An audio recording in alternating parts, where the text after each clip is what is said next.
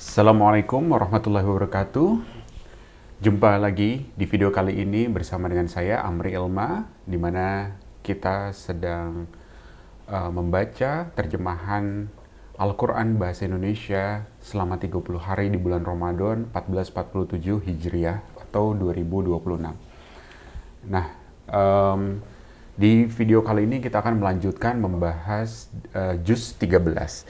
Namun sebelumnya, seperti biasa bahwa motivasi saya untuk membuat seri video ini adalah bahwa ini adalah untuk mengingatkan diri saya sendiri dan juga menjadi motivasi dan juga untuk memaksa saya agar bisa membaca makna dari Al-Quran secara utuh dan menyeluruh.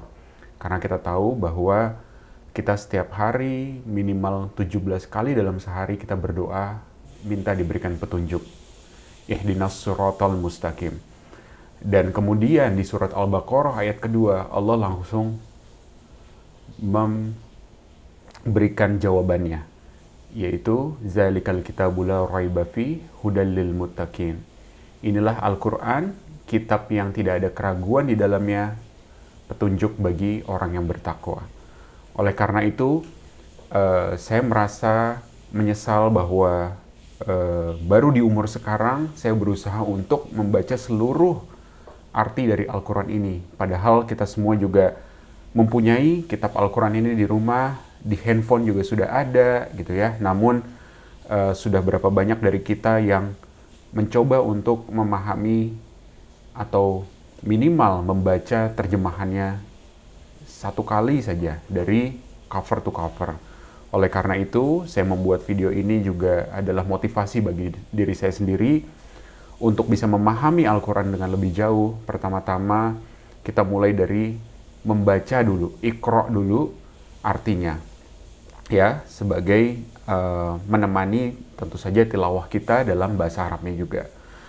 Nah, sebelum nanti mudah-mudahan setelah kita bisa menyelesaikan membaca seluruh artinya, kita bisa melanjutkan dengan membaca pula tafsirnya, yaitu pemahaman terhadap ayat-ayat tersebut dan juga tadabbur atau merenungkannya dengan kehidupan kita sehari-hari. Nah, sebelum kita mulai, mari kita buka dengan membaca doa belajar. Bismillahirrahmanirrahim. Rabbi shrahli sadri wa yassirli amri wahlul 'uqdatam min lisani yafqahu qawli. Rabbi zidni ilma warzuqni fahma wa zidni huda. Amin ya rabbal alamin.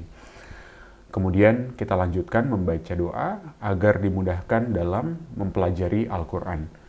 Allahumma inni abduka ibnu abdika ibnu umatika.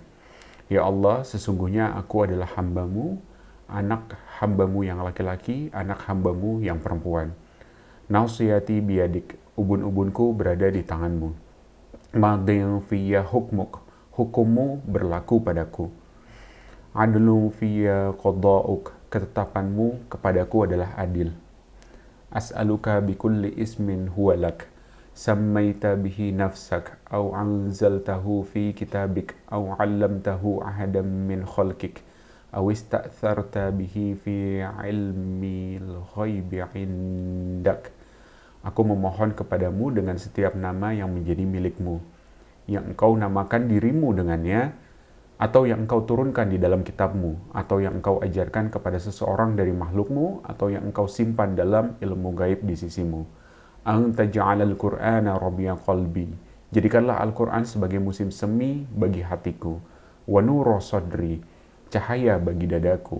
Wa jala'a huzni, pelipur kesedihanku. Wa dhahaba hammi, dan penghilang kegelisahanku. Amin ya rabbal alamin.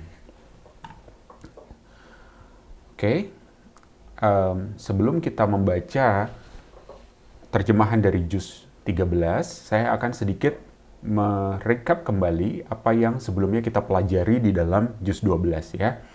Jadi juz 12 kemarin ada beberapa hal. Yang pertama itu adalah memperlihatkan runtuhnya bangsa-bangsa besar di masa lalu karena kesombongan ya. Itu di dalam surat Hud. Karena ada kesombongan, adanya kecurangan ekonomi, ada yang karena kezaliman sosial ya. Jadi di tengah semua penolakan itu, dan kehancuran itu, pesan utamanya adalah perintah untuk istiqomah, yaitu tetap lurus dan teguh pada kebenaran meski harus berdiri sendirian. Di sini kita juga belajar ujian seorang ayah, yaitu Nabi Nuh, di mana hidayah itu tidak bisa diwariskan. Karena Nabi Nuh harus melihat anak kandungnya sendiri tenggelam karena menolak kebenaran. Ya, jadi sebelumnya di surat Hud itu ada beberapa kisah-kisah ya, bangsa-bangsa yang telah dihancurkan di dalam Al-Quran, seperti kaum Ad, yaitu kaumnya Nabi Hud, yaitu nama surat Hud itu sendiri. Kemudian ada kaum Tsamud, kaumnya Nabi Saleh, kaum Lut, Nabi Lut, dan juga kaum Madian, Nabi Syuaib. Nah, kemudian yang kedua juga, setelah kita melihat berbagai kehancuran dari bangsa-bangsa tersebut yang dibahas di dalam surat Hud, suratnya kemudian transisi menjadi surat Yusuf, di mana di dalam surat Yusuf kita melihat kisah terbaik, yaitu kisah Nabi Yusuf yang dimulai dengan kecemburuan atau iri hati saudara-saudara kandungnya yang berujung pada niat pembunuhan Yusuf. Nah, akhirnya Yusuf juga dimasukkan ke dalam sumur, kemudian diambil, kemudian kisahnya itu sangat detail sekali ya, bagaimana kemudian ia juga akhirnya pergi ke Mesir gitu, di bawah, hingga akhirnya dia masuk ke dalam sel atau penjara. Nah, ketika masa kecilnya gitu kan, karena iri hati saudara-saudaranya sendiri, ini menjadi pengingat kita bahwa ancaman itu tidak selalu datang dari pihak luar. Kadang-kadang ada rasa iri hati dalam lingkaran terdekat yang bisa memicu tindakan yang justru paling merusak. Kemudian kisahnya dilanjutkan ya, di mana Yusuf itu diuji dengan fitnah dan godaan moral di puncak usia mudanya oleh seorang wanita yang memiliki kekuasaan, atau namanya Zulaikha. Nah, alih-alih mengorbankan kehormatannya demi kenyamanan dan posisi, Yusuf lebih memilih masuk penjaranya. Nah, ini adalah standar tertinggi dari sebuah integritas, di mana Nabi Yusuf berani menanggung kesulitan fisik dan kehilangan kebebasan daripada harus melanggar prinsip kebenaran. Kemudian, semua musibah-musibah beruntun yang menimpa Nabi Yusuf, mulai dari dibuang ke sumur, dijual sebagai budak, difitnah, hingga dipenjara, itu ternyata bukanlah sebuah hukuman. Rangkaian penderitaan itu adalah sebuah skenario yang Allah susun dengan sangat baik untuk kemudian menjadikannya seorang pemimpin besar dan penyelamat ekonomi kerajaan Mesir di masa depan. Nah, itu sekilas recap dari juz 12. Nah, sekarang memasuki juz 13, akan ada 3 surat, yaitu bagian akhir dari surat Yusuf, ayat 53 sampai 111, kemudian dilanjutkan dengan surat Ar-Ra'd, ayat 1 sampai 43, dan dilanjutkan lagi dengan surat Ibrahim, ayat 1 sampai 52. Nah, sebelum kita mulai membaca artinya, kita lihat dulu preview ya, bagaimana sih struktur dan susunan dari juz 13 ini sendiri. Jadi yang pertama ada bagian akhir dari surat Yusuf, di mana bagian tersebut adalah penyelesaian dari kisah panjang Nabi Yusuf yang penuh dengan ujian dan penderitaan di juz 12 sebelumnya. Nah, di sini roda nasib Nabi Yusuf kemudian berputar ke atas. Setelah terbukti tidak bersalah, Nabi Yusuf akhirnya dibebaskan, langsung diangkat menjadi Menteri Ekonomi Mesir. Dan di masa krisis pangan, saudara-saudara yang dulu membuangnya ke dalam sumur itu kemudian datang ke Mesir justru untuk meminta bantuan makanan, tanpa menyadari bahwa menteri yang mereka temui itu adalah Yusuf. Nah, kemudian akhirnya dia membongkar identitasnya kepada saudara-saudaranya tersebut, dan alih-alih membalas dendam atas kekejaman mereka di masa lalu, Nabi Yusuf justru memaafkan mereka tanpa syarat. Kisah ini ditutup dengan datangnya ayah dan ibu Yusuf ke Mesir, dan mimpi Yusuf sewaktu kecil, yaitu matahari, bulan, dan 11 bintang bersujud kepadanya, akhirnya menjadi kenyataan. Kemudian Al-Quran menutup kisah ini dengan pesan bahwa cerita Yusuf itu bukanlah sekedar dongeng, melainkan sebuah pelajaran penting bagi orang-orang yang mau menggunakan akalnya. Bahwa kebenaran, seberat apapun ujiannya, itu pasti akan menang. Kemudian kita masuk ke surat selanjutnya, yaitu surat Ar-Ra'd. Nah, surat Ar-Ra'd ini Allah mengajak kita untuk melihat alam semesta yang luas. Melihat langit yang berdiri tanpa tiang, gunung-gunung yang kokoh, serta petir-petir yang menyambar. Kemudian di ayat 17 juga ada perumpamaan yang sangat indah tentang kebenaran dan kebohongan, di mana kebenaran diibaratkan seperti air jernih yang bermanfaat bagi kehidupan, sedangkan kebohongan diibaratkan seperti buih kotor yang mengambang di atas air. Buih itu mungkin terlihat besar menutupi air, tetapi ia tidak ada gunanya dan pasti akan segera hilang ditelan ombak. Kemudian selanjutnya ada juga bagian yang menyebutkan karakter orang-orang yang berakal sehat atau ulul albab. Orang-orang yang mampu menggunakan akal pikirannya. Yaitu mereka yang menepati janji, menyambung tali persaudaraan, dan membalas keburukan dengan kebaikan. Puncaknya ada di ayat 28, yaitu ingatlah hanya dengan mengingat Allah hati menjadi tentram. Nah, kemudian selanjutnya di dalam surat Ar-Ra'd juga menegaskan bahwa utusan Allah itu didatangkan bukan untuk membawa keajaiban fisik semata, melainkan juga membawa satu aturan hidup, di mana orang yang menolak aturan ini pada akhirnya akan melihat sendiri kebenaran dan janji dari Allah. Selanjutnya kita masuk ke bagian ketiga, yaitu surat Ibrahim. Surat ini fokus pada pentingnya memiliki keyakinan yang kokoh dan tidak mudah goyah oleh godaan setan. Jadi di surat Ibrahim ini dijelaskan bahwa Al-Quran diturunkan untuk mengeluarkan manusia dari kegelapan menuju cahaya.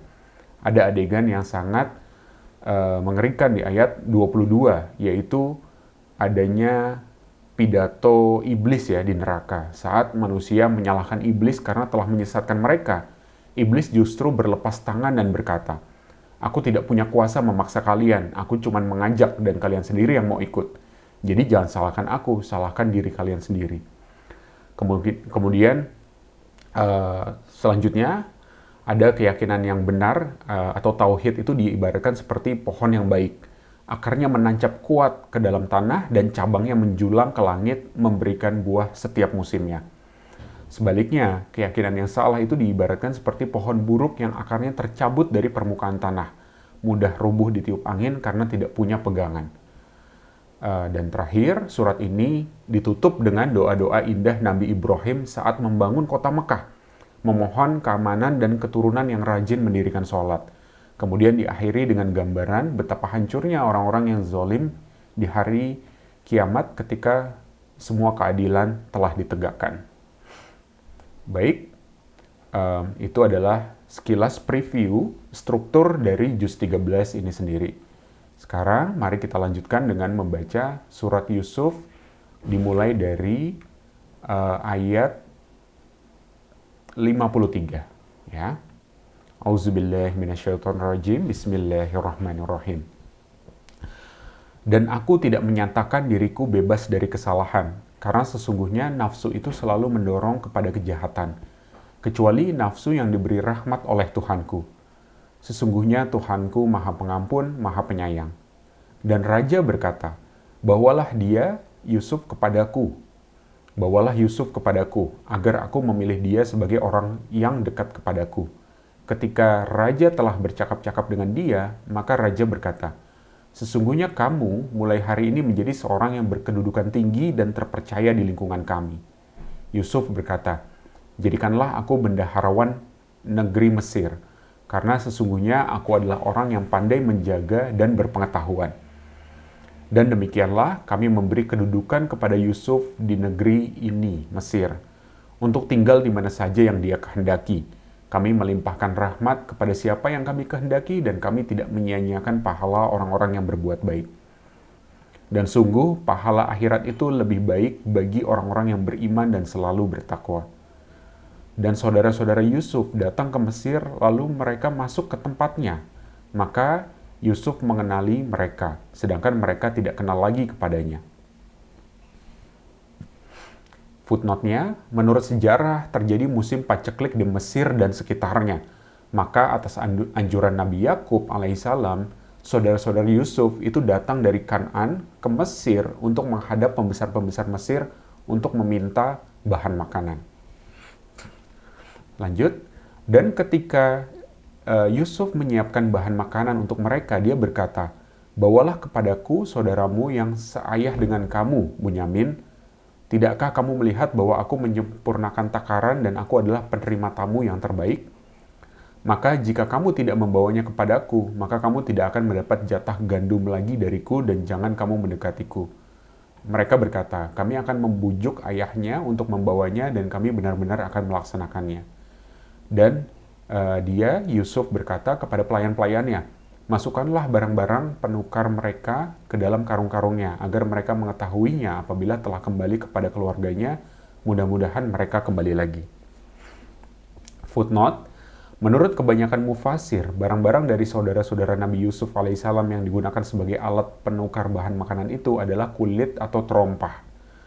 Kemudian, tindakan ini diambil sebagai siasat dengan cara menanam budi kepada mereka agar mereka nantinya bersedia kembali ke Mesir dengan membawa Bunyamin. Lanjut, maka ketika mereka telah kembali kepada ayahnya, yaitu Yakub, mereka berkata, "Wahai ayah kami tidak akan mendapat jatah gandum lagi jika tidak membawa saudara kami. Sebab itu, biarkanlah saudara kami pergi bersama kami agar kami mendapat jatah dan kami benar-benar akan menjaganya." Yakub berkata, "Bagaimana aku akan mempercayakan Bunyamin kepadamu, seperti aku telah mempercayakan saudaranya, Yusuf, kepada kamu dahulu? Maka Allah adalah penjaga yang terbaik dan Dia Maha Penyayang di antara para penyayang." Dan ketika mereka membuka barang-barangnya, mereka menemukan barang-barang penukar mereka dikembalikan kepada mereka. Mereka berkata, "Wahai ayah kami, apalagi yang kita inginkan? Ini barang-barang kita dikembalikan kepada kita. Dan kita akan dapat memberi makan keluarga kita, dan kami akan memelihara saudara kami, dan kita akan mendapat tambahan jatah gandum seberat beban seekor unta. Itu suatu hal yang mudah bagi Raja Mesir." Yakub berkata, "Aku tidak akan melepaskannya pergi bersama kamu, sebelum kamu bersumpah kepadaku atas nama Allah, bahwa kamu pasti akan membawanya kepadaku kembali, kecuali jika kamu dikepung musuh." Setelah mereka mengucapkan sumpah, Yakub berkata, "Allah adalah saksi terhadap apa yang kita ucapkan." Dan Yakub berkata, "Wahai anak-anakku, janganlah kamu masuk dari satu pintu gerbang, dan masuklah dari pintu-pintu gerbang yang berbeda. Namun demikian, aku tidak dapat mempertahankan kamu sedikit pun dari takdir Allah. Keputusan itu hanyalah bagi Allah. Kepadanya aku bertawakal, dan kepadanya pula bertawakallah orang-orang yang bertawakal."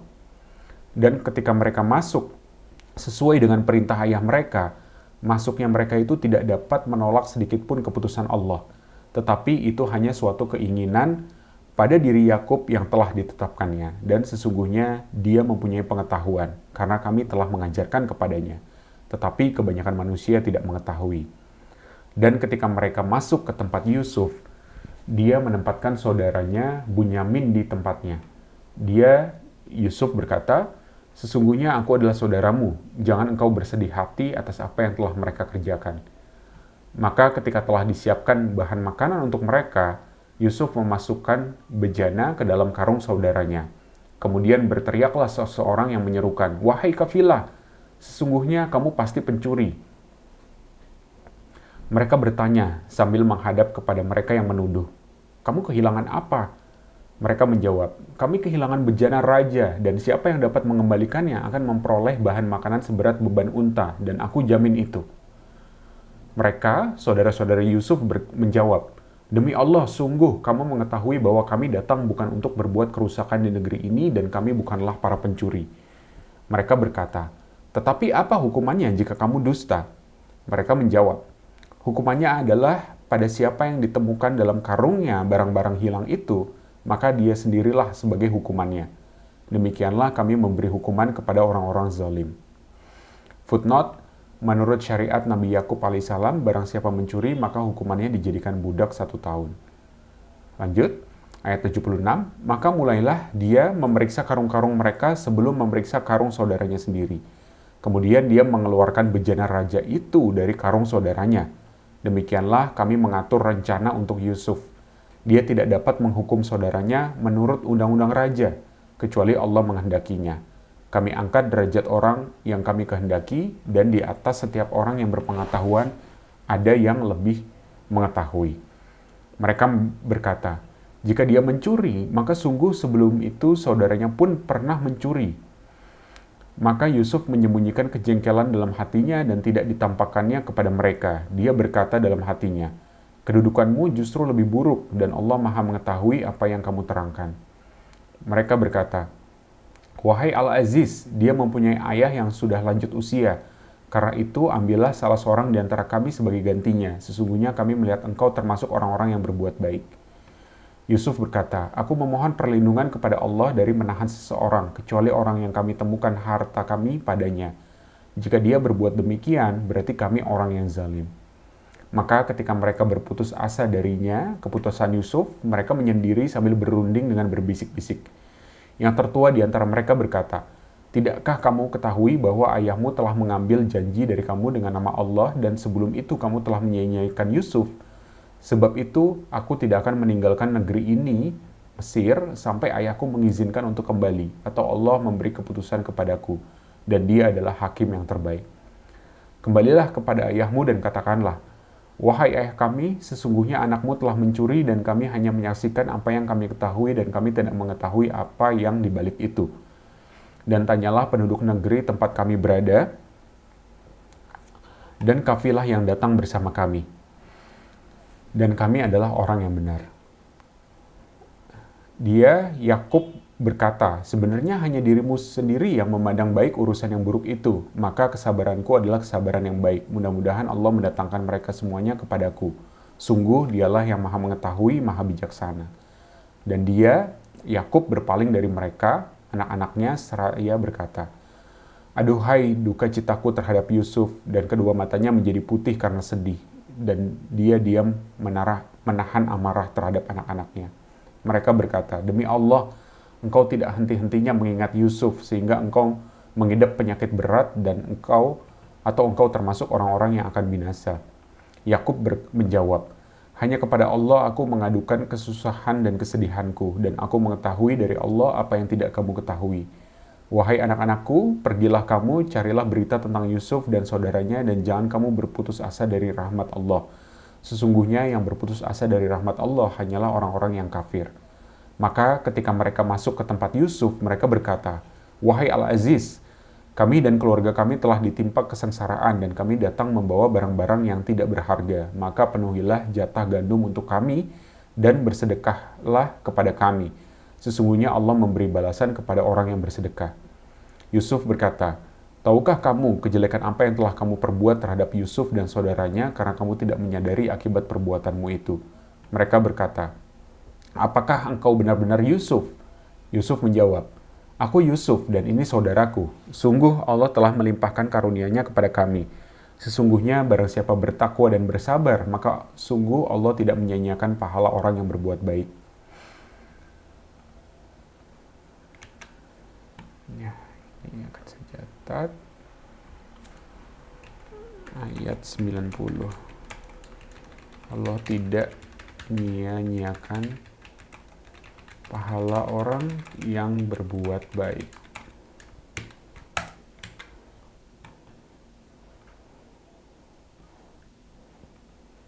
Oke, Allah tidak menyia-nyiakan pahala orang yang berbuat baik. Lanjut ayat 91. Mereka berkata, demi Allah, sungguh Allah telah melebihkan engkau di atas kami, dan sesungguhnya kami adalah orang yang bersalah berdosa. Yusuf berkata, pada hari ini tidak ada cercaan terhadap kamu. Mudah-mudahan Allah mengampuni kamu, dan Dia Maha Penyayang di antara para penyayang.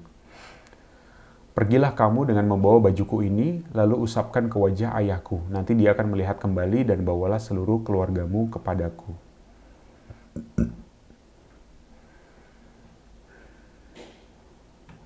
Oke, sebelum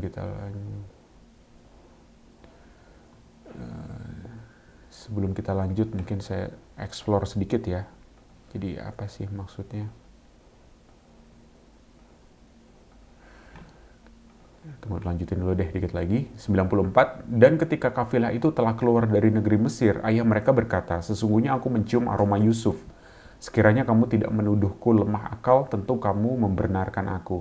Mereka berkata, demi Allah, sesungguhnya engkau masih dalam kekeliruanmu yang dahulu. Maka ketika telah tiba pembawa kabar gembira itu, maka diusapkannya baju itu ke wajahnya Yakub, lalu dia dapat melihat kembali. Yakub berkata, bukankah telah aku katakan kepadamu bahwa aku mengetahui dari Allah apa yang tidak kamu ketahui? Mereka berkata, wahai ayah kami, mohonkanlah ampunan untuk kami atas dosa-dosa kami. Sesungguhnya kami adalah orang yang bersalah. Yakub berkata, aku akan memohonkan ampunan bagimu kepada Tuhanku. Sungguh dia yang maha pengampun, maha penyayang. Maka ketika mereka masuk ke tempat Yusuf, dia merangkul dan menyiapkan tempat untuk kedua orang tuanya seraya berkata, masuklah kamu ke negeri Mesir, insya Allah dalam keadaan aman. Dan dia menaikkan kedua orang tuanya ke atas singgasana, dan mereka semua tunduk bersujud kepada Yusuf, dan Yusuf berkata, wahai ayahku, inilah takwil mimpiku yang dahulu, dan sesungguhnya Tuhanku telah menjadikannya kenyataan. Sesungguhnya Tuhanku telah berbuat baik kepadaku, ketika dia membebaskan aku dari penjara dan ketika membawa kamu dari dusun, setelah setan merusak hubungan antara aku dan saudara-saudaraku.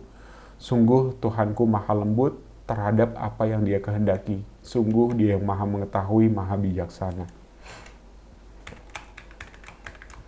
Ayat 100 ya.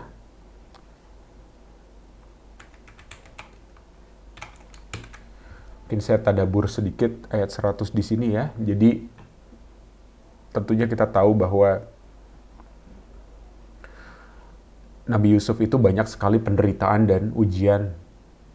Dari mulai dia masih kecil, dibuang ke sumur, ya, kemudian dijual sebagai budak, difitnah, masuk penjara, gitu ya.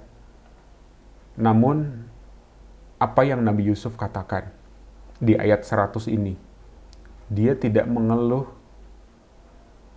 dia tidak protes, tapi dia malah bilang bahwa sesungguhnya Tuhanku telah berbuat baik kepadaku ketika dia membebaskan aku dari penjara dan ketika membawa kamu dari dusun setelah setan merusak hubungan antara aku dan saudara-saudaraku. Sungguh Tuhanku maha lembut terhadap apa yang dia kehendaki. Sungguh dia yang maha mengetahui, maha bijaksana. Jadi yang diingat itu bukan yang buruk-buruk oleh Nabi Yusuf. Yang diingat itu yang baik-baiknya.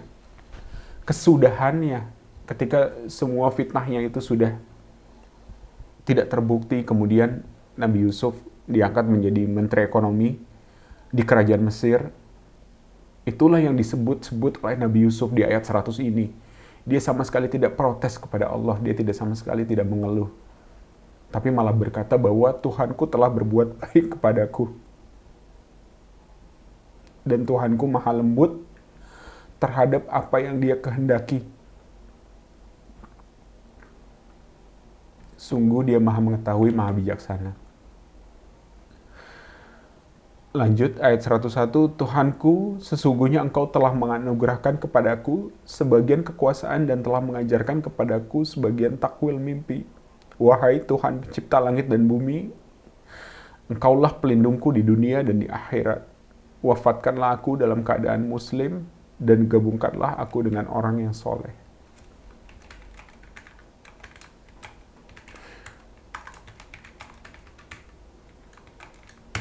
Doa Nabi Yusuf ya, di ayat 101.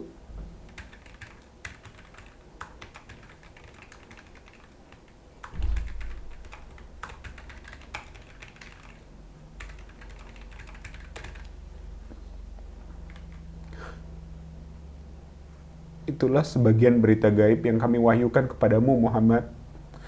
Padahal engkau tidak berada di samping mereka ketika mereka bersepakat mengatur tipu muslihat untuk memasukkan Yusuf ke dalam sumur. Dan kebanyakan manusia tidak akan beriman, walaupun engkau sangat menginginkannya.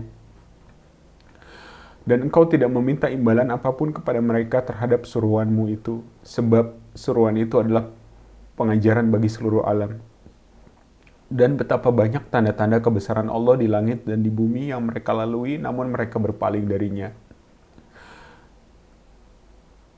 Dan kebanyakan mereka tidak beriman kepada Allah, bahkan mereka mempersekutukannya.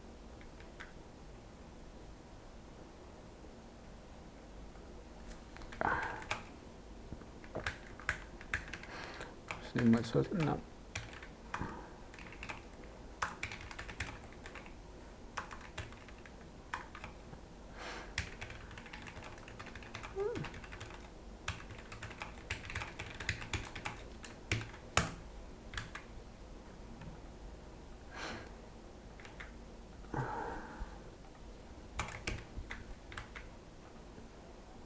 Apakah mereka merasa aman dari kedatangan siksa Allah yang meliputi mereka, atau kedatangan kiamat kepada mereka secara mendadak, sedangkan mereka tidak menyadarinya?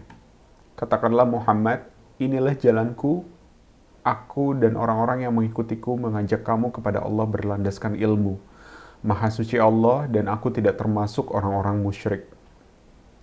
Dan kami tidak mengutus sebelummu Muhammad, melainkan orang laki-laki yang kami berikan wahyu kepadanya di antara penduduk negeri. Tidakkah mereka berpergian di bumi, lalu melihat bagaimana kesudahan orang-orang sebelum mereka yang mendustakan Rasul? Dan sungguh, negeri akhirat itu lebih baik bagi orang yang bertakwa. Tidakkah kamu mengerti? Sehingga apabila para Rasul tidak mempunyai harapan lagi tentang keimanan kaumnya dan telah meyakini bahwa mereka telah didustakan, datanglah kepada mereka, para Rasul itu pertolongan kami. Lalu diselamatkan orang yang kami kehendaki. Dan siksa kami tidak dapat ditolak dari orang yang berdosa. Sungguh, pada kisah-kisah mereka itu terdapat pelajaran bagi orang yang mempunyai akal. Al-Quran itu bukanlah cerita yang dibuat-buat, tetapi membenarkan kitab-kitab yang sebelumnya, menjelaskan segala sesuatu dan sebagai petunjuk dan rahmat bagi orang-orang yang beriman.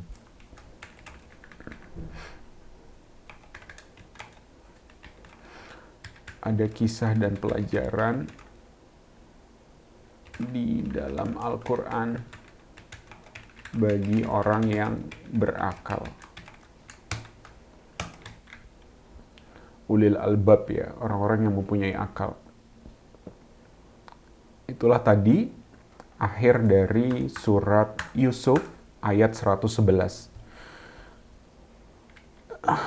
Jadi memang setelah saya baca terjemahannya, memang benar-benar sangat luar biasa ya. Makanya ini disebut sebagai kisah terbaik di dalam Al-Quran. Kisah Nabi Yusuf ini karena banyak sekali drama dan plot twistnya sampai dengan terakhir. Dan yang saya paling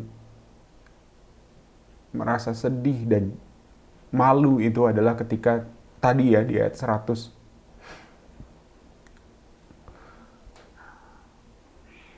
Di balik semua cobaan yang dilalui oleh Nabi Yusuf, beliau tidak mengeluh sama sekali dan tetap memuji Tuhannya. Mudah-mudahan kita semua bisa menjadi orang-orang yang selalu bersyukur atas segala nikmat dan karunia dari Allah Subhanahu wa Ta'ala. Baik, sekarang kita lanjutkan ya ke surat selanjutnya, yaitu surat Rod. Artinya adalah petir. Bismillahirrahmanirrahim. Alif Lam Mim Ra. Ini adalah ayat-ayat kitab Al-Quran, dan kitab yang diturunkan kepadamu Muhammad dari Tuhanmu itu adalah benar. Tetapi kebanyakan manusia tidak beriman kepadanya. Allah yang meninggikan langit tanpa tiang, sebagaimana yang kamu lihat. Kemudian dia bersemayam di atas arash. Dia menundukkan matahari dan bulan, masing-masing beredar menurut waktu yang telah ditentukan. Dia mengatur urusan makhluknya dan menjelaskan tanda-tanda kebesarannya, agar kamu yakin akan pertemuan dengan Tuhanmu. Dan dia yang menghamparkan bumi dan menjadikan gunung-gunung dan sungai-sungai di atasnya. Dan padanya dia menjadikan semua buah-buahan berpasang-pasangan. Dia menutupkan malam kepada siang. Sungguh pada yang demikian itu terdapat tanda-tanda kebesaran Allah bagi orang-orang yang berfikir. Dan di bumi terdapat bagian-bagian yang berdampingan, kebun-kebun anggur, tanaman-tanaman, pohon kurma yang bercabang, dan yang tidak bercabang, disirami dengan air yang sama, tetapi kami lebihkan tanaman yang satu dari yang lainnya dalam hal rasanya. Sungguh, pada yang demikian itu terdapat tanda-tanda kebesaran Allah bagi orang-orang yang berakal. Dan jika engkau merasa heran, maka yang mengherankan adalah ucapan mereka. Apabila kami telah menjadi tanah, apakah kami akan dikembalikan menjadi makhluk yang baru? Mereka itulah yang ingkar kepada Tuhannya, dan mereka itulah yang dilekatkan belenggu di lehernya. Mereka adalah penghuni neraka, mereka kekal di dalamnya. Dan mereka meminta kepadamu agar dipercepat datangnya siksaan, sebelum mereka meminta kebaikan, padahal telah terjadi bermacam-macam contoh siksaan sebelum mereka. Sungguh Tuhanmu benar-benar memiliki ampunan bagi manusia atas kezaliman mereka, dan sungguh Tuhanmu sangat keras siksaannya. Dan orang-orang kafir berkata, mengapa tidak diturunkan kepadanya Muhammad suatu tanda mukjizat dari Tuhannya? Sesungguhnya engkau hanyalah seorang pemberi peringatan, dan bagi setiap kaum ada orang yang memberi petunjuk. Allah mengetahui apa yang dikandung oleh setiap perempuan, apa yang kurang sempurna dan apa yang bertambah dalam rahim, dan segala sesuatu ada ukuran di sisinya. Allah yang mengetahui semua yang gaib dan yang nyata, yang maha besar, maha tinggi. Sama saja bagi Allah siapa di antaramu yang merahasiakan ucapannya dan siapa yang berterus terang dengannya, dan siapa yang bersembunyi pada malam hari dan yang berjalan pada siang hari. Baginya manusia ada malaikat-malaikat yang selalu menjaganya bergiliran, dari depan dan belakangnya. Mereka menjaganya atas perintah Allah. Sesungguhnya Allah tidak mengubah keadaan suatu kaum sebelum mereka mengubah keadaan diri mereka sendiri. Dan apabila Allah menghendaki keburukan terhadap suatu kaum, maka tak ada yang dapat menolaknya dan tidak ada pelindung bagi mereka selain Dia.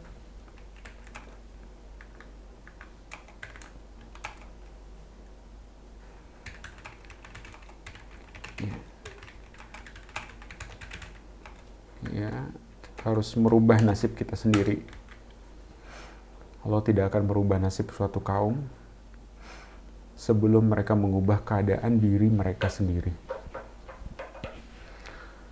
Lanjut, ayat 12, dialah yang memperlihatkan kilat kepadamu yang menimbulkan ketakutan dan harapan, dan dia menjadikan awan mendung. Dan guru bertasbih memujinya. Demikian pula para malaikat karena takut kepadanya, dan Allah melepaskan halilintar, lalu menimpakannya kepada siapa yang dia kehendaki. Sementara mereka berbantah-bantahan tentang Allah, dan dia maha keras siksaannya. Hanya kepada Allah doa yang benar. Berhala-berhala yang mereka sembah selain Allah tidak dapat mengabulkan apapun bagi mereka. Tidak ubahnya seperti orang yang membukakan kedua telapak tangannya ke dalam air agar air sampai ke mulutnya. Padahal air itu tidak akan sampai ke mulutnya dan doa orang-orang kafir itu hanyalah sia-sia belaka. Dan semua sujud kepada Allah, baik yang di langit maupun yang di bumi, baik dengan kemauan sendiri maupun terpaksa. Dan sujud pula bayang-bayang mereka pada waktu pagi dan petang hari. Katakanlah Muhammad, siapakah Tuhan langit dan bumi? Katakanlah, Allah. Katakanlah, pantaskah kamu mengambil pelindung-pelindung selain Allah, padahal mereka tidak kuasa mendatangkan manfaat maupun menolak mudarat bagi dirinya sendiri. Katakanlah, samakah orang yang buta dengan yang dapat melihat, atau samakah yang gelap dengan yang terang? Apakah mereka menjadikan sekutu-sekutu bagi Allah yang dapat menciptakan seperti ciptaannya, sehingga kedua ciptaan itu serupa menurut pandangan mereka? Katakanlah, Allah adalah pencipta segala sesuatu dan Dia Tuhan yang Maha Esa, Maha Perkasa. Allah telah menurunkan air hujan dari langit, maka mengalirlah Ia air di lembah-lembah menurut ukurannya. Maka arus itu membawa buih yang mengambang, dan dari apa logam yang mereka lebur dalam api untuk membuat perhiasan atau alat-alat, ada pula buihnya seperti buih arus itu. Demikianlah Allah membuat perumpamaan tentang yang benar dan yang batil. Adapun buih akan hilang sebagai sesuatu yang tidak ada gunanya, tetapi yang bermanfaat bagi manusia akan tetap ada di bumi. Demikianlah Allah membuat perumpamaan.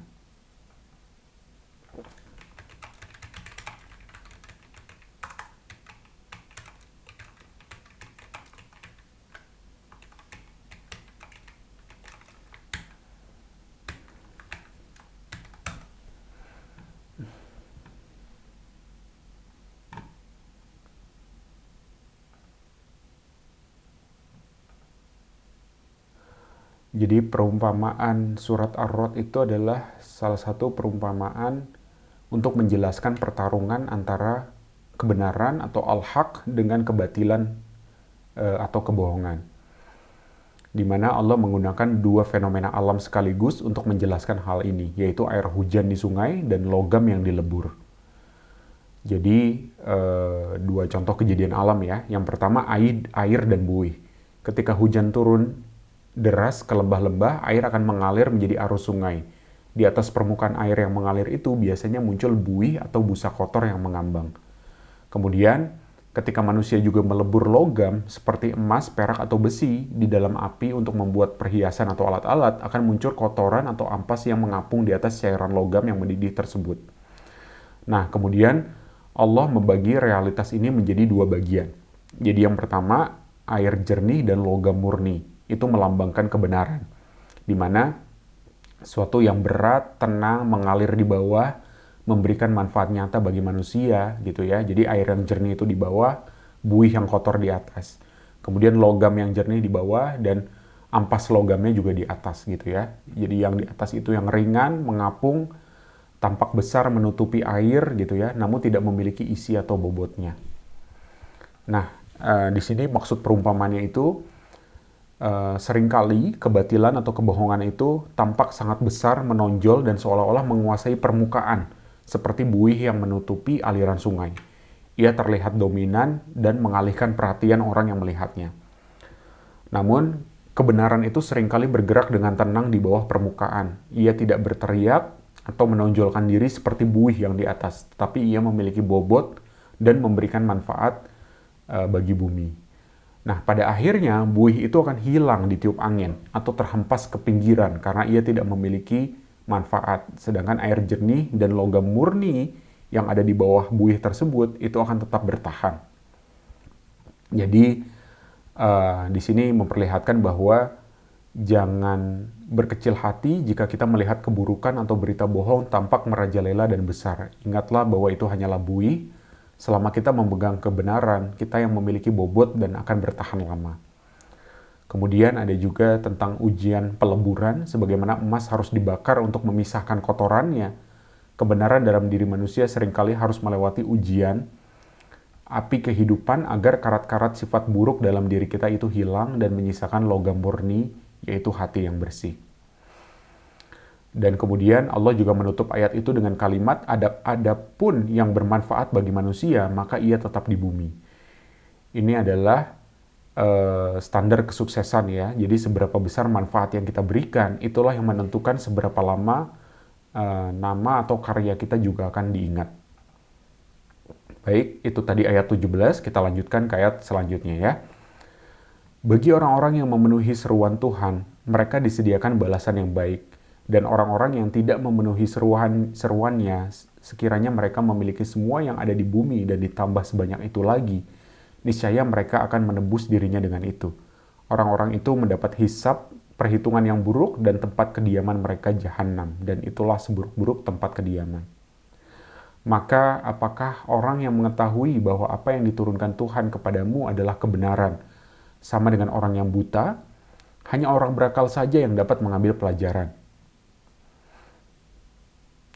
yaitu orang yang memenuhi janji Allah dan tidak melanggar perjanjian, dan orang-orang yang menghubungkan apa yang diperintahkan Allah agar dihubungkan, dan mereka takut kepada Tuhannya dan takut kepada hisab yang buruk. Footnote, menghubungkan apa yang diperintahkan Allah agar dihubungkan itu maksudnya adalah mengadakan hubungan silaturahmi dan tali persaudaraan. Ayat 22, dan orang yang sabar karena berharap keridhaan Tuhannya, melaksanakan sholat, menginfakkan sebagian rezeki yang kami berikan kepada mereka secara sembunyi atau terang-terangan, serta menolak kejahatan dengan kebaikan, orang itulah yang mendapat tempat kesudahan yang baik, yaitu surga-surga Aden. Mereka masuk ke dalamnya bersama dengan orang yang soleh dari nenek moyangnya, pasangan-pasangannya, dan anak cucunya. Sedangkan para malaikat masuk ke tempat-tempat mereka dari semua pintu, sambil mengucapkan, selamat sejahtera atasmu karena kesabaranmu, maka alangkah nikmatnya tempat kesudahan itu. Ayat 24.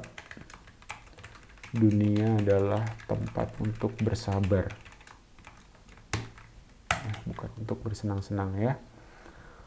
Malaikat mengucapkan, selamat sejahtera atasmu karena kesabaranmu. Maka alangkah nikmatnya tempat kesudahan itu. Dan orang-orang yang melanggar janji Allah setelah diikrarkannya dan memutuskan apa yang Allah perintahkan agar disambung dan berbuat kerusakan di bumi, mereka itu memperoleh kutukan dan tempat kediaman yang buruk, jahanam. Allah melapangkan rezeki bagi siapa yang Dia kehendaki dan membatasi bagi siapa yang Dia kehendaki. Mereka bergembira dengan kehidupan dunia, padahal kehidupan dunia hanyalah kesenangan yang sedikit dibanding kehidupan akhirat. Dan orang-orang kafir berkata, mengapa tidak diturunkan kepadanya Muhammad tanda mukjizat dari Tuhannya? Katakanlah, Muhammad, sesungguhnya Allah menyesatkan siapa yang Dia kehendaki dan memberi petunjuk orang yang bertobat kepadanya. Allah menyesatkan berarti bahwa orang itu sesat karena keingkarannya dan tidak mau memahami petunjuk-petunjuk. Tadi footnote. Ayat 28, yaitu orang-orang yang beriman dan hati mereka menjadi tentram dengan mengingat Allah. Ingatlah, hanya dengan mengingat Allah hati menjadi tentram.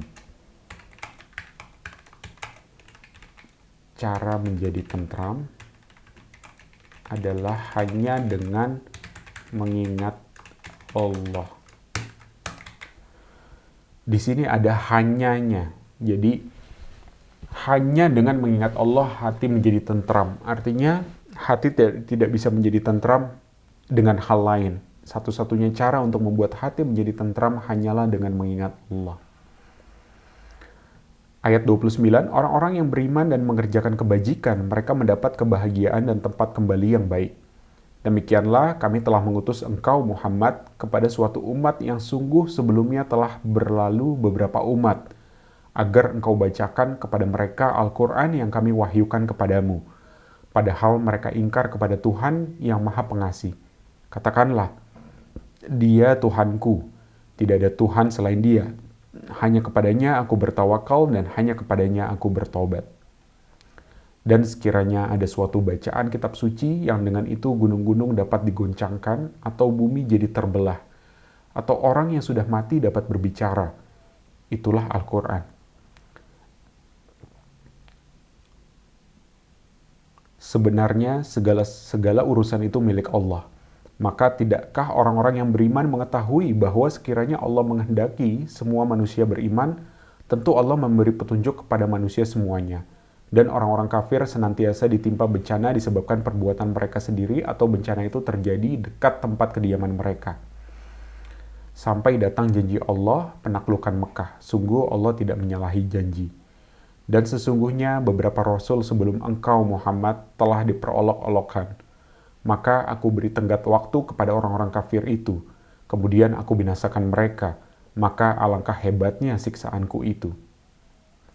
Maka apakah Tuhan yang menjaga setiap jiwa terhadap apa yang diperbuatnya sama dengan yang lain? Mereka menjadikan sekutu-sekutu bagi Allah. Katakanlah, sebutkanlah sifat-sifat mereka itu. Atau apakah kamu hendak memberitahukan kepada Allah apa yang tidak diketahuinya di bumi, atau mengatakan tentang hal itu sekedar perkataan pada lahirnya saja? Sebenarnya bagi orang kafir, tipu daya mereka itu dijadikan terasa indah dan mereka dihalangi dari jalan yang benar. Dan barang siapa disesatkan Allah, maka tidak ada seorang pun yang memberi petunjuk baginya. Mereka mendapat siksa dalam kehidupan dunia dan azab akhirat pasti lebih keras. Tidak ada seorang pun yang melindungi mereka dari azab Allah. Perumpamaan surga yang dijanjikan kepada orang yang bertakwa adalah seperti taman. Mengalir di bawahnya sungai-sungai, senantiasa berbuah dan teduh. Itulah tempat kesudahan bagi orang yang bertakwa. Sedangkan tempat kesudahan bagi orang yang ingkar kepada Tuhan adalah neraka. Dan orang yang telah kami berikan kitab kepada mereka bergembira dengan apa yang diturunkan kepadamu Muhammad. Dan ada di antara golongan Yahudi dan Nasrani yang mengingkari sebagiannya. Katakanlah, aku hanya diperintah untuk menyembah Allah dan tidak mempersekutukannya. Hanya kepadanya aku seru manusia dan hanya kepadanya aku kembali. Dan demikianlah kami telah menurunkan Al-Quran sebagai peraturan yang benar dalam bahasa Arab. Sekiranya engkau mengikuti keinginan mereka, setelah datang pengetahuan kepadamu, maka tidak ada yang melindungi dan yang menolong engkau dari siksaan Allah. Dan sungguh, kami telah mengutus beberapa rasul sebelum engkau, Muhammad, dan kami berikan kepada mereka istri-istri dan keturunan. Tidak ada hak bagi seorang rasul mendatangkan sesuatu bukti mukjizat selain dengan izin Allah. Untuk setiap masa ada kitab tertentu. Footnote, pada setiap masa ada hukum yang diberikan oleh Allah atas hamba-hambanya sesuai dengan garis kebijakannya. Allah menghapus dan menetapkan apa yang Dia kehendaki, dan di sisinya terdapat umul kitab, lauh mahfuz. Dan sungguh jika kami perlihatkan kepadamu, Muhammad, sebagai siksaan yang kami ancamkan kepada mereka atau kami wafatkan engkau, maka sesungguhnya tugasmu hanya menyampaikannya saja, dan kamilah yang menghitungkan amal mereka. Dan apakah mereka tidak melihat bahwa kami mendatangi daerah-daerah orang-orang yang ingkar kepada Allah, lalu kami kurangi daerah-daerah itu sedikit demi sedikit dari tepi-tepinya, dan Allah menetapkan hukum menurut kehendaknya. Tidak ada yang dapat menolak ketetapannya, Dia maha cepat perhitungannya. Dan sungguh, orang sebelum mereka, kafir Mekah, telah mengadakan tipu daya. Tetapi semua tipu daya itu dalam kekuasaan Allah. Dia mengetahui apa yang diusahakan oleh setiap orang, dan orang yang ingkar kepada Tuhan akan mengetahui untuk siapa tempat kesudahan yang baik. Dan orang-orang kafir berkata, "Engkau, Muhammad, bukanlah seorang rasul." Katakanlah, cukuplah Allah dan orang yang menguasai ilmu kitab menjadi saksi antara aku dan kamu. Alhamdulillah, kita setelah menyelesaikan membaca arti dari surat Ar-Ra'd ayat 1-43.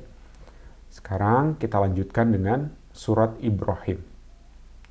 Ayat 1 sampai dengan 52 insyaallah. Ya.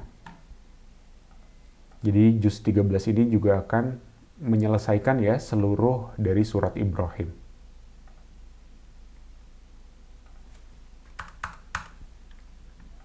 Bismillahirrahmanirrahim.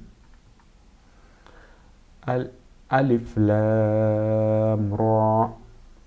Ini adalah kitab yang kami turunkan kepadamu Muhammad agar engkau mengeluarkan manusia dari kegelapan kepada cahaya terang benderang dengan izin Tuhan, yaitu menuju jalan Tuhan yang maha perkasa, maha terpuji.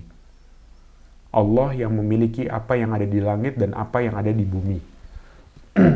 Celakalah bagi orang yang ingkar kepada Tuhan karena siksaan yang sangat berat, yaitu orang yang lebih menyukai kehidupan dunia daripada kehidupan akhirat, dan menghalang-halangi manusia dari jalan Allah dan menginginkan jalan yang bengkok.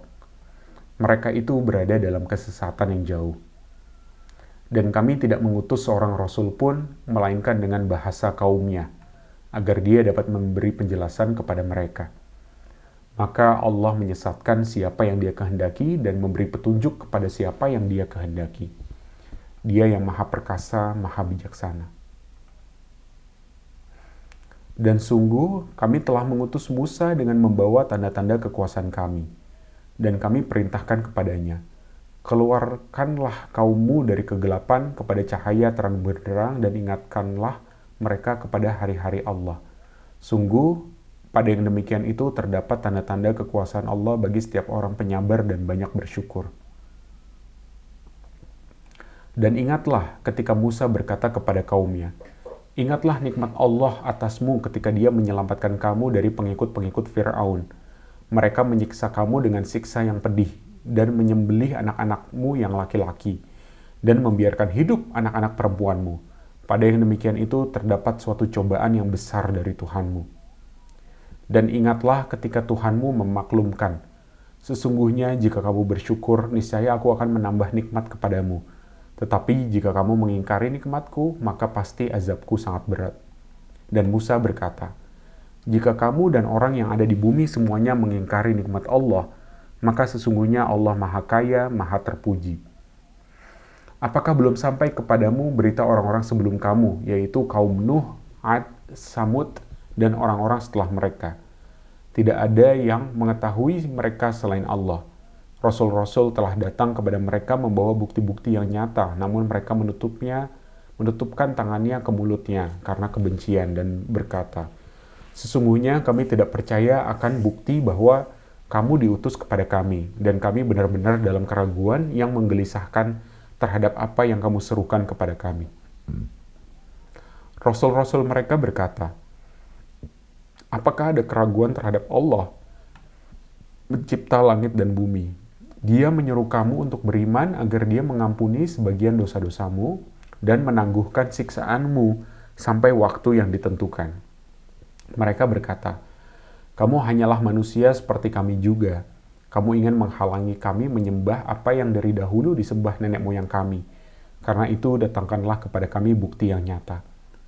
Rasul-rasul mereka berkata kepada mereka, "Kami hanyalah manusia seperti kamu, tetapi Allah memberi karunia kepada siapa yang Dia kehendaki di antara hamba-hambanya. Tidak pantas bagi kami mendatangkan suatu bukti kepadamu, melainkan dengan izin Allah. Dan hanya kepada Allah saja hendaknya orang yang beriman itu bertawakal. Dan mengapa kami tidak akan bertawakal kepada Allah, sedangkan Dia telah menunjukkan jalan kepada kami? Dan sungguh kami akan tetap bersabar terhadap gangguan yang kamu lakukan kepada kami. Dan hanya kepada Allah saja orang yang bertawakal itu berserah diri."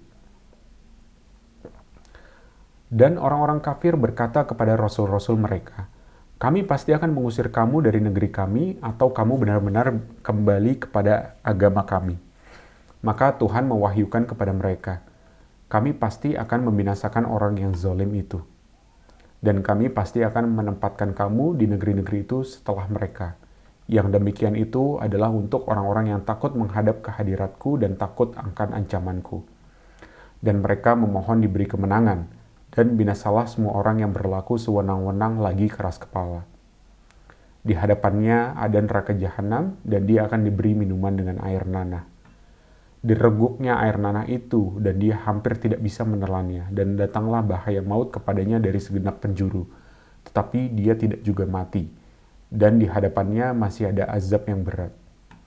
Perumpamaan orang yang ingkar kepada Tuhannya, perbuatan mereka seperti abu yang ditiup oleh angin keras pada suatu hari yang berangin kencang. Mereka tidak kuasa mendatangkan manfaat sama sekali dari apa yang telah mereka usahakan di dunia, dan demikian itu adalah kesesatan yang jauh. Tidakkah kamu memperhatikan bahwa sesungguhnya Allah telah menciptakan langit dan bumi dengan hak atau dengan benar? Jika Dia menghendaki, niscaya Dia membinasakan kamu dan mendatangkan makhluk yang baru untuk menggantikan kamu. Dan yang demikian itu tidak sukar bagi Allah. Dan mereka semua di padang mahsyar berkumpul untuk menghadap kehadirat Allah. Lalu orang yang lemah berkata kepada orang yang sombong, "Sesungguhnya kami dahulu adalah pengikut-pengikutmu. Maka dapatkah kamu menghindarkan kami dari azab walaupun sedikit saja?" Mereka menjawab, "Sekiranya Allah memberi petunjuk kepada kami, niscaya kami dapat memberi petunjuk kepadamu. Sama saja bagi kita apakah kita mengeluh atau bersabar. Kita tidak mempunyai tempat untuk melarikan diri." Dan setan berkata ketika perkara hisab telah diselesaikan, "Sesungguhnya Allah telah menjanjikan kepadamu janji yang benar, dan aku pun telah menjanjikan kepadamu, tetapi aku menyalahinya. Tidak ada kekuasaan bagiku terhadapmu, melainkan sekedar aku menyeru kamu, lalu kamu mematuhi seruanku. Oleh sebab itu, janganlah kamu mencercaku, tetapi cercalah dirimu sendiri. Aku tidak dapat menolongmu, dan kamu pun tidak dapat menolongku. Sesungguhnya aku tidak membenarkan perbuatanmu mempersekutukanku dengan Allah sejak dahulu. Sungguh, orang yang zalim akan mendapat siksaan yang pedih. Dan orang yang beriman dan mengerjakan kebajikan dimasukkan ke dalam surga-surga yang mengalir di bawahnya sungai-sungai. Mereka kekal di dalamnya dengan seizin Tuhan mereka. Ucapan penghormatan mereka di dalam surga itu adalah salam. Artinya, selamat dari segala bencana. Tidakkah kamu memperhatikan bagaimana Allah telah membuat perumpamaan kalimat yang baik, seperti pohon yang baik, akarnya kuat dan cabangnya menjulang ke langit. Kalimat yang baik, footnote, kalimat yang baik adalah kalimat tauhid, juga segala ucapan yang menyeru kepada kebajikan dan mencegah dari kemungkaran serta berbuat baik. Pohon itu menghasilkan buahnya pada setiap waktu dengan seizin Tuhannya, dan Allah membuat perumpamaan itu untuk manusia agar mereka selalu ingat. Dan perumpamaan kalimat yang buruk seperti pohon yang buruk yang telah dicabut akar-akarnya dari permukaan bumi tidak dapat tetap tegak sedikit pun. Allah meneguhkan iman orang-orang yang beriman dengan ucapan yang teguh dalam kehidupan di dunia dan di akhirat. Dan Allah menyesatkan orang-orang yang zalim dan Allah berbuat apa yang Dia kehendaki. Tidakkah kamu memperhatikan orang-orang yang telah menukar nikmat Allah dengan ingkar kepada Allah dan menjatuhkan kaumnya ke lembah kebinasaan, yaitu neraka jahanam. Mereka masuk ke dalamnya dan itulah seburuk-buruk tempat kediaman. Dan mereka, orang kafir itu telah menjadikan tandingan bagi Allah untuk menyesatkan manusia dari jalannya. Katakanlah Muhammad, bersenang-senanglah kamu karena sesungguhnya tempat kembalimu ke neraka. Katakanlah Muhammad kepada hamba-hambaku yang telah beriman. Hendaklah mereka melaksanakan sholat, menginfakkan sebagian rezeki yang kami berikan secara sembunyi atau terang-terangan sebelum datang hari ketika tidak ada lagi jual beli dan persahabatan. Allah lah yang telah menciptakan langit dan bumi dan menurunkan air hujan dari langit. Kemudian dengan air hujan itu dia mengeluarkan berbagai buah-buahan sebagai rezeki untukmu. Dan dia telah menundukkan kapal bagimu agar berlayar di lautan dengan kehendaknya. Dan dia telah menundukkan sungai-sungai bagimu. Dan dia telah menundukkan matahari dan bulan bagimu yang terus-menerus beredar dalam orbitnya, dan telah menundukkan malam dan siang bagimu. Dan dia telah memberikan kepadamu segala apa yang kamu memohonkan kepadanya, dan jika kamu menghitung nikmat Allah, niscaya kamu tidak dapat menghitungnya. Sungguh manusia itu sangat zalim, sangat mengingkari nikmat Allah. Manusia tidak dapat menghitung betapa banyak nikmat Allah, namun masih sangat zalim dan sangat mengingkari.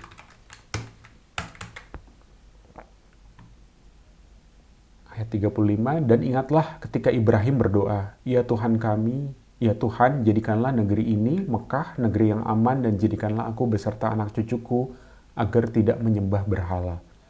Ya Tuhan, berhala-berhala itu telah menyesatkan banyak manusia. Barang siapa mengikutiku, maka orang itu termasuk golonganku. Dan barang siapa mendurhakaiku, maka Engkau Maha Pengampun, Maha Penyayang. Ya Tuhan, sesungguhnya aku telah menempatkan sebagian keturunanku di lembah yang tidak mempunyai tanaman-tanaman di dekat rumah Engkau, Baitullah yang dihormati. Ya Tuhan, yang demikian itu agar mereka melaksanakan sholat. Maka jadikanlah hati sebagian manusia cenderung kepada mereka dan berilah mereka rezeki dari buah-buahan. Mudah-mudahan mereka bersyukur. Ya Tuhan kami, sesungguhnya Engkau mengetahui apa yang kami sembunyikan dan apa yang kami tampakkan. Dan tidak ada sesuatu pun yang tersembunyi bagi Allah, baik yang ada di bumi maupun yang ada di langit. Segala puji bagi Allah yang telah menganugerahkan kepadaku di hari tuaku Ismail dan Ishak. Sungguh Tuhanku benar-benar Maha mendengar, memperkenankan doa. Ya Tuhanku, jadikanlah aku dan anak cucuku orang yang tetap melaksanakan sholat. Ya Tuhan kami, perkenankanlah doaku.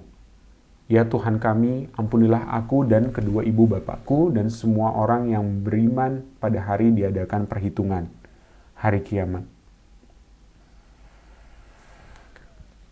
Dan janganlah engkau mengira bahwa Allah lengah dari apa yang diperbuat oleh orang yang zalim. Sesungguhnya Allah menangguhkan mereka sampai hari yang pada waktu itu mata mereka terbelalak. Mereka datang tergesa-gesa memenuhi panggilan dengan mengangkat kepalanya. Sedang mata mereka tidak berkedip dan hati mereka kosong. Dan berikanlah peringatan Muhammad kepada manusia pada hari ketika azab datang kepada mereka. Maka orang yang zalim berkata, Ya Tuhan kami, berilah kami kesempatan kembali ke dunia walaupun sebentar. Niscaya kami akan mematuhi seruan Engkau dan akan mengikuti rasul-rasul. Kepada mereka dikatakan, bukankah dahulu di dunia kamu telah bersumpah bahwa sekali-kali kamu tidak akan binasa? dan kamu telah tinggal di tempat orang yang menzolimi diri sendiri dan telah nyata bagimu bagaimana kami telah berbuat terhadap mereka dan telah kami berikan kepadamu beberapa perumpamaan. Dan sungguh mereka telah membuat tipu daya, padahal Allah mengetahui dan akan membalas tipu daya mereka. Sesungguhnya tipu daya mereka tidak mampu melenyapkan gunung-gunung. Footnote, ayat-ayat Allah itu kokoh seperti gunung. 47, maka karena itu, janganlah sekali-kali kamu mengira Allah mengingkari janjinya kepada Rasul-Rasulnya. Sungguh Allah Maha Perkasa dan mempunyai pembalasan. Yaitu pada hari ketika bumi diganti dengan bumi yang lain, dan demikian pula langit. Dan mereka, manusia berkumpul di padang mahsyar, menghadap Allah yang Maha Esa, Maha Perkasa. Dan pada hari itu, engkau akan melihat orang yang berdosa bersama-sama diikat dengan dibelenggu. Pakaian mereka dari cairan aspal dan wajah mereka ditutup oleh api neraka, agar Allah memberi balasan kepada setiap orang atas apa yang dia usahakan. Sungguh Allah maha cepat perhitungannya. Dan Al-Quran ini adalah penjelasan yang sempurna bagi manusia, agar mereka diberi peringatan dengannya, agar mereka mengetahui bahwa Dia adalah Tuhan yang Maha Esa, dan agar orang yang berakal mengambil pelajaran. Ya, itu adalah terakhir ayat 52 dari surat Ibrahim dan juga sekaligus penutup dari juz 13. Ditutup dengan penjelasan bahwa Al-Quran adalah penjelasan yang sempurna bagi manusia, yang merupakan sebuah pemberi peringatan agar kita semua tahu bahwa Allah adalah Tuhan yang Maha Esa, satu-satunya Tuhan, dan agar orang yang berakal mengambil pelajaran dari Al-Quran ini. Mudah-mudahan kita semua menjadi orang-orang yang bisa mengerti, memahami berbagai penjelasan yang ada di dalam Al-Quran, agar dengannya kita bisa mengambil pelajaran dan mudah-mudahan kita termasuk ke dalam golongan orang-orang yang berakal, yang mampu berpikir dari apa yang sudah diturunkan oleh Allah di dalam kitab Al-Quran ini, agar kemudian kita bisa mengambil pelajaran dan menjadi orang yang beruntung. Demikian telah kita selesaikan bersama membaca terjemahan bahasa Indonesia juz 13. Terakhir, saya tutup dengan sedikit kesimpulan ya mengenai juz 13 ini sendiri. Gitu. Jadi ada beberapa pelajaran besar yang kita temukan di dalam juz 13 ini. Mulai dari akhir dari kisah Nabi Yusuf yang memaafkan saudara-saudaranya. Jadi memaafkan itu adalah puncak kekuatan dari manusia. Jadi Nabi Yusuf ketika dulunya disakiti bertahun-tahun, kemudian mendapatkan kekuasaan. Jadi yang pertama dia dipikirkan itu bukan balas dendam. Namun Yusuf membuktikan bahwa memaafkan orang yang pernah menghancurkannya itu justru di saat dia memiliki kekuasaan penuh untuk menghukum orang tersebut adalah bentuk kekuatan mental yang paling tinggi, menjadi seorang yang pemaaf. Kemudian yang kedua, pelajaran yang bisa kita ambil dari juz 13 ini adalah surat Rod ya. Ar-Rod memberikan resep bahwa kekayaan, jabatan yang tinggi, atau bahkan terbalasnya rasa sakit hati tidak akan pernah benar-benar menenangkan batin manusia. Ketenangan sejati itu hanya bisa dicapai dengan mengingat Sang Pencipta. Di dalamnya disebutkan, ingatlah hanya dengan mengingat Allah hati menjadi tentram. Kemudian yang ketiga, ada hukum alam tentang kebenaran dan kebohongan. Ya, di situ ada perumpamaan bahwa kebohongan atau keburukan itu ibarat buih kotor di atas permukaan arus sungai, atau juga buih-buih kotor yang ada di atas logam yang sedang dilebur. Jadi itu mungkin yang kelihatan ya, itu yang tampak besar di permukaan, berisik, menutupi air. tetapi tidak membawa manfaat apapun dan akan segera lenyap terhempas oleh angin. Namun sebaliknya, kebenaran itu seperti air jernih yang mengalir di bawahnya. Ia mungkin tenang, tidak terlihat menonjol gitu ya, tidak terlihat menonjol, tetapi ia akan selalu bertahan dan memberi kehidupan bagi sekitarnya. Kemudian yang keempat, melalui surat Ibrahim, Al-Quran mengajarkan bahwa keyakinan dan integritas yang benar itu ibarat pohon yang kokoh. Akarnya menancap kuat ke dalam tanah. Ya, jadi merupakan satu prinsip dasar yang tidak mudah goyah oleh tren atau godaan zaman. Dan juga cabang-cabang yang menjulang tinggi ke langit, memberikan buah secara rutin, di mana itu merupakan perumpamaan bahwa selalu memberikan manfaat sosial bagi orang lain di segala situasi. Dan yang kelima, bertanggung jawab penuh atas pilihan diri kita sendiri, di mana Al-Quran juga memperlihatkan episode di mana setan dan iblis itu di akhirat kelak menjawab gitu ya, mengatakan bahwa godaan seburuk apapun yang dia telah lakukan itu dia tidak memaksa manusia untuk mengerjakannya, gitu ya. Jadi dia hanya menggoda manusia. Pada akhirnya manusia sendirilah yang secara sadar memilih untuk melangkah mengikuti godaan tersebut. Dan ini adalah teguran agar manusia berhenti mencari kambing hitam atau menyalahkan keadaan atas kesalahan yang kita buat sendiri. Jadi secara garis besar, juz 13 ini berpesan bahwa hidup ini akan selalu dipenuhi oleh berbagai badai ujian, pengkhianatan, godaan. Namun, selama manusia memiliki akar prinsip yang kuat,